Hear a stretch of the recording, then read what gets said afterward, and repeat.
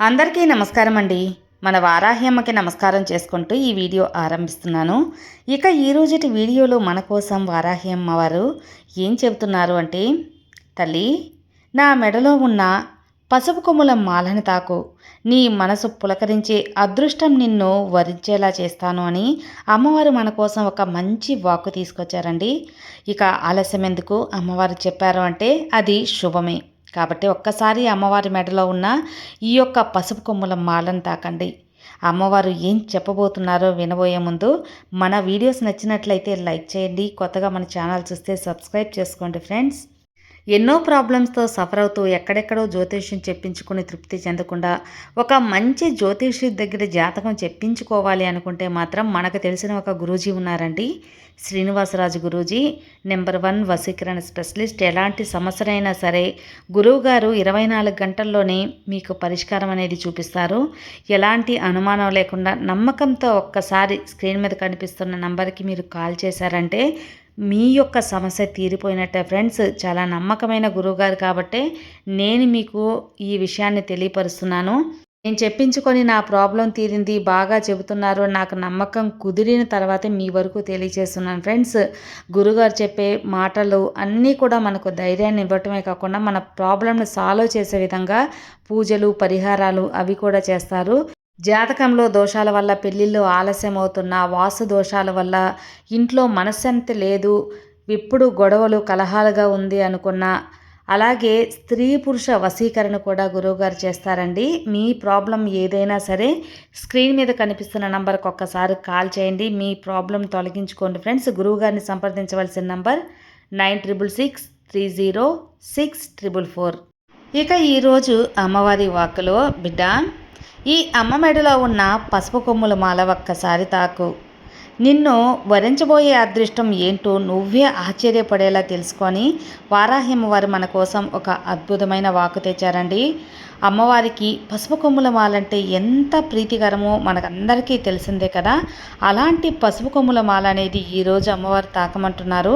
మాలని ఒక్కసారి తాకండి. ఆ తల్లి ఆశస్సులు అందరికీ ఉండి ప్రతి ఒక్కరి కోరిక ఖచ్చితంగా తీరుతుంది. ఇక ఆలస్యం చేయకుండా ఈ అమ్మ వాక్కు అనేది వినిబిడ్డ. నువ్వు ఎటువంటి కోరికైతే నా దగ్గర కోరావో అది ఖచ్చితంగా తీరటమే కాకుండా నీ ఇంట్లో ఒక గొప్ప శుభకార్యం కూడా జరగనుంది. ఇక ఆ శుభకార్యం ఎప్పటి లోపల జరుగుతుందో నీకు నేను వివరంగా చెబుతాను. కానీ ముందు నువ్వు నీ గురించి తెలుసుకోవాలమ్మా. అది ఏంటో తెలుసా బిడ్డ? నువ్వు చాలా మంచి మనసున్న బిడ్డవి, మంచి మనస్తత్వం ఉన్న ఈ వారాహి భక్తునివి. మంచి మనసుంటేనే ఈ వారాహి అమ్మకి భక్తులవుతారని నీకు తెలుసు కదా. నిజమే, నీది మంచి కల్మషం లేని మనసు కాబట్టే ఈ తల్లికి నువ్వు భక్తునిగా ఉన్నావు. నీ మనసు ఎంతో బాధపడుతుంది ఇప్పుడు. ఎవ్వరూ మార్చలేదు తల్లి. నీ గెలుపు ఓటమి వస్తూ పోతూ ఉంటాయి, కానీ సమస్యలు నిన్ను కృంగతీసినా నీ పనులన్నీ నేను సులభం చేస్తాను. నిన్ను గాయపరిచిన నిన్ను మళ్ళీ మళ్ళీ కూడా ధైర్యపరుస్తూనే ఉంటాను. కాబట్టి నువ్వు ఖచ్చితంగా విజయం మాత్రం వస్తుంది అని నమ్ము. నిన్ను మంచి స్థాయికి తెచ్చే బాధ్యత ఈ అమ్మది. నా ఆశీర్వాదంతో నువ్వు ఆశ్చర్యపడేలా నీ ఇంట్లో ఒక అద్భుతం జరిపిస్తాను. నువ్వు ఎదురు చూడని విధంగా నీ జీవితంలో మార్పుని అందిస్తాను. ఈ అమ్మ లేకుండా నువ్వు ఎలా అయితే ఉండలేవో నా భక్తుల్ని వదిలి కూడా నేను ఉండలేనమ్మా. అందుకోసమే ప్రతిసారి కూడా నీకు మంచి విషయాలను చెబుతూ ఉంటాను. నీ యొక్క జీవితానికి ఏది మంచిదో, ఏది చెడ్డదో, ఏది నువ్వు దగ్గరికి చేరకూడదో అన్నీ కూడా నేను వివరంగా తెలియపరుస్తూ ఉంటాను. నీకు ఏది దక్కలేదు అని అనుకోకుండా నీకు అన్నీ నేను జరిపించే తీరుతాను. నువ్వు చేసే పనిని మార్చుకోవచ్చు కాదు, జరగదు అని తెలిసినా కూడా ఎందుకు అదే కావాలని మొండిపట్టు పడుతున్నావు బిడ్డ? జరగనిది గురించి బాధపడటం ఆపు. నీకు ఏమి ఇవ్వాలని ఈ తల్లికి బాగా తెలుసు. ఇక ఈ వారాహి వాక్కు నువ్వు ఖచ్చితంగా విని తీరు. ఈ తల్లి నీకు కావాల్సింది జరిపించడానికే వచ్చాను. ఏదో ఒక విషయం కోసం నువ్వు ఆశపడుతూ ఆశిస్తూ ఎదురు చూస్తూ ఉన్నావు కదా, అదే నీకు అందజేస్తానమ్మా. నీకు లేని బంధం రాదు, ఉన్న బంధం పోదు. తెంచుకోవాలన్నా కూడా బంధం తెంచుకోలేరు. ఎందుకంటే ఆ బంధంతో భగవంతుడే నీకు ముడివేసి ఉన్నప్పుడు ఎలా తెంచుకోగలవు తల్లి? అలాగే నీకు రావాల్సింది తప్పక వస్తుంది. నీది కానిది ఏది కూడా నిన్ను అంత త్వరగా రాదు, కోరినా అందదు. నేను అందించలేను కూడా. నీ దగ్గరకు ఏది రాదు. ఎందుకో తెలుసా? అది నీకు చెడుని చేకూరుస్తుంది కాబట్టి, నీకు నష్టాన్ని తెచ్చిపెడుతుంది కాబట్టి. నీకు నచ్చిన విషయం ఒక్కొక్కసారి ఈ తల్లి నీకు అందచేయనప్పుడు ఈ విషయాన్ని తెలుసుకోమ్మా. ఇప్పుడు నువ్వు కోరింది మంచి విషయం, నీకు లాభం తెచ్చే విషయం, నిన్ను ఆనందపరిచే విషయం, నీకు గౌరవం తెచ్చిపెట్టే విషయం, నీకు విలువను పెంచేది. అప్పుడు నేను జరగనీయకుండా ఎందుకుంటానో తప్పకుండా జరిపిస్తాను. నేను చెబుతున్నాను కదా, ఏ మాత్రం భయపడకు. ఏం చేయాలనుకున్నా నువ్వు నిర్భయంగా చెయ్యి. నీ కోరిక తీరలేదని నువ్వు ఏది కూడా చేయటానికి ముందుకు రాకపోతే ఎలా తల్లి? ఎలా అయితే చెప్పు. కష్టపడితేనే ఫలితం వస్తుంది. కష్టపడితేనే ఫలితం దక్కుతుంది. కాబట్టి దేని గురించి ఆలోచన చేయకు, చింత చెందకు. ఎప్పుడో ఏదో జరిగిపోయిందని చెప్పి దాన్నే తలుచుకుంటూ ఆందోళన పడిపోతే ఎలా చెప్పు? ఇది సరైనది కాదు. నువ్వు చేసే పని తప్పు అవుతుందేమో అని నీవు ఎందుకు సంకోచిస్తున్నావు? నువ్వు ఏది చేసినా, తప్పు చేసినా దాన్ని అడ్డుకునేందుకు ఈ వారాహి తల్లి ఉండగా, నిన్ను కనిపెట్టుకుని ఈ అమ్మ ఉండగా నీకు దిగులేలా? కాబట్టి నీ బాధలన్నిటినీ నేను వింటూనే ఉన్నాను. వినటమే కాదు, వాటిని సరిచేస్తూ ఉన్నాను. నీ బాధలన్నీ తగ్గిస్తూ ఉన్నాను కదా. నిన్ను చూసుకుంటున్నానమ్మా. ఈ తల్లి నీకు మనస్సాక్షితో పోరాడే నీ పోరాటం ఒక గుడి లాంటిది. నీ మనసు ఒక కోవెల్లాంటిది. ఎప్పుడు ఎవరికి ద్రోహాన్ని తలవని నీ మనసు చాలా మంచిది.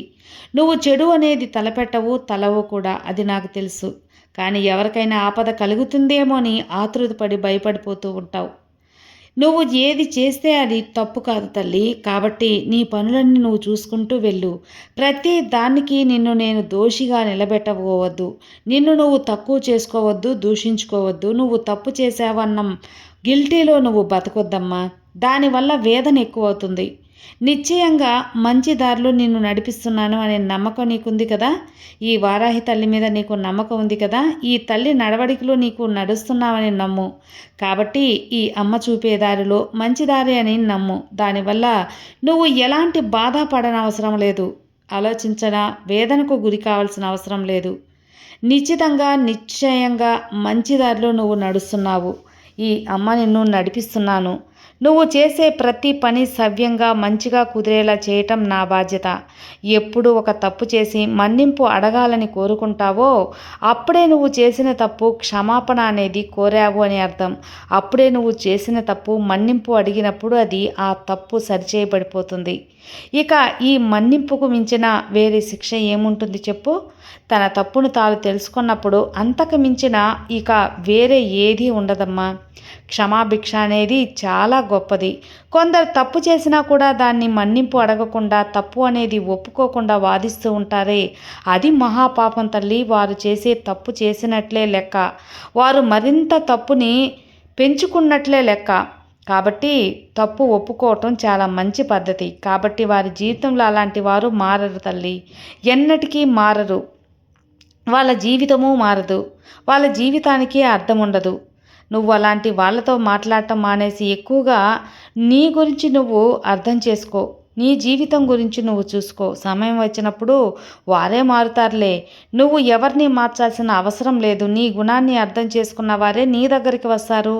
నీకు ఏది కావాలో, నీ ఆశ ఏంటో అది ఈ అమ్మకు తెలీదా? తప్పక అందిస్తాను. నీ తల్లిగా మిగతా వారు నిన్ను ఎలా నడిపించినా బాధపడకు. నీ తల్లిగా నేను ఉన్నాను కదా, చూసుకుంటాను. నువ్వు నిన్ను అనుకున్నా సరే పట్టించుకోకు. ఎవరు ఎంత అవమానపరిచినా వాళ్ళని నువ్వు పట్టించుకోకు. వాళ్ళు నిన్ను అగౌరవపరిచినట్లేమి కాదు, నువ్వు పట్టించుకోవంతే. నీ గౌరవం అనేది తగ్గకుండా చూసుకో. నీ విలువ తగ్గకుండా చూసుకో బిడ్డ. నీ భారం అంతా నాది. నీ మనసు కష్టపెట్టుకోవద్దు. నీ మనసు కష్టపెట్టుకుంటే నువ్వు ముందుకు ఎలా వెళ్ళగలవు చెప్పు? నీకే కదా నష్టం. నీ సంతోషాన్ని నువ్వెందుకు దూరం చేసుకోవాలమ్మా? కాబట్టి ఈ వారాహి తల్లికి అన్నీ తెలుసు. అన్ని విషయాలు మంచి చేసి నిన్ను కాపాడేందుకు నేనున్నాను. ఈ రాబోయే రోజులన్నీ కూడా నీకు స్వేచ్ఛగా, సుఖంగా, సంతోషంగా ఉంటాయి. ఈ అమ్మ మీద నమ్మకం ఉంచు. నువ్వు ఎదురు చూసే ఆ శుభవార్త నీకు అందిస్తాను. నువ్వు ఎదురు చూడు. తల్లి ఎదురు చూస్తున్న అద్భుతం నువ్వు అందుకోవటానికి సిద్ధంగా ఉండు. నువ్వు ఆశ్చర్యపడేంత ఆనందం నీ కంటి నిండా ఆనంద బాష్పాలతో నాకు నమస్కారం కూడా చేసుకుంటావమ్మా. ఈ తల్లిని కోరుతూ ఈ క్షణం కూడా ఏదో విజయవంతంగా ముగుస్తుంది అనే నమ్మకం నీకుంటుంది. జరిగిపోయిన కాలాన్ని తలుచుకొని బాధపడకు, భవిష్యత్తు గురించి ఆలోచించు, భయపడొద్దు. రానున్న కాలం నీకు ఎంత అద్భుతంగా ఉంటుందో ఊహించుకొని సంతోషపడు. ఆ కాలం కోసం ఎదురు చూడు. నీ వంతు ప్రయత్నం చేయి. ప్రతి అవకాశాన్ని అందిపుచ్చుకో. నీకు రాసిపెట్టే ఉంది తల్లి. ఖచ్చితంగా నీ జీవితం అద్భుతంగా ఉంటుంది. నీకు జరగాల్సిన దాని గురించి నువ్వు తప్పించుకోలేవు. జరిగేది జరగని అంతా నీ మంచికే అనుకో. అంతా నీకు అనుకూలంగా ఉంటుందమ్మా. ఏదైనా సరే నీకు కాలం ఇచ్చే దానితో ఏకీభవించు, తృప్తిపడు. అందులో సంతోషాన్ని నువ్వు వెతుక్కు. ఖచ్చితంగా నీ వైపు నిలబడటానికి ఈ వారాహి అమ్మ ఎప్పుడూ సిద్ధంగా ఉంటాను. నువ్వు సంతోషంగా ఉండు. నీకు అంతా మంచిగా జరుగుతుంది. ఇక ఈరోజు ఈ యొక్క పసుపు కొమ్ముల మాల తాకిన నీకు ఒక శుభకార్యం నీ ఇంట్లో అతి త్వరలో జరగబోతుంది తల్లి. ఎందుకంటే నువ్వు ఎన్నో రోజులుగా చూస్తున్న ఆ శుభకార్యం, అది నీ ఇంట్లో నీ బిడ్డ పెళ్ళి కావచ్చు, లేదా నీ ఇంట్లో నీ యొక్క పిల్లల పాఠశాల కావచ్చు, లేకపోతే మరి ఏదైనా శుభకార్యం కావచ్చు, గృహప్రవేశం కావచ్చు. ఒక శుభకార్యం అయితే ఖచ్చితంగా నీ ఇంట్లో జరుగుతుందమ్మా. ఇక నీకు అంతా శుభమే కలుగుతుంది. పసుపు నీకు శుభం కలిగేలా ఈ వారాహి తల్లికి ఇష్టమైన ఆ పసుపు కొమ్ముల మాలను తాకి నీకు అంతా శుభమే అందిస్తాను. ఈ అమ్మను నమ్ముకున్న నీకు శుభవార్తలే కాదు, నీ బంగారు భవిష్యత్ అనేది నేను రాస్తాను తల్లి. నిశ్చింతగా ఉండు. ఇక నిశ్చింతగా నిద్రపో. నీకు అంతా మంచి జరుగుతుంది. ఈ వారాహి తల్లి నీకు అండగా ఉండగా నీకు భయం ఎందుకు చెప్పు. సర్వే జనా సుఖినో భవంతు. జై వారాహి.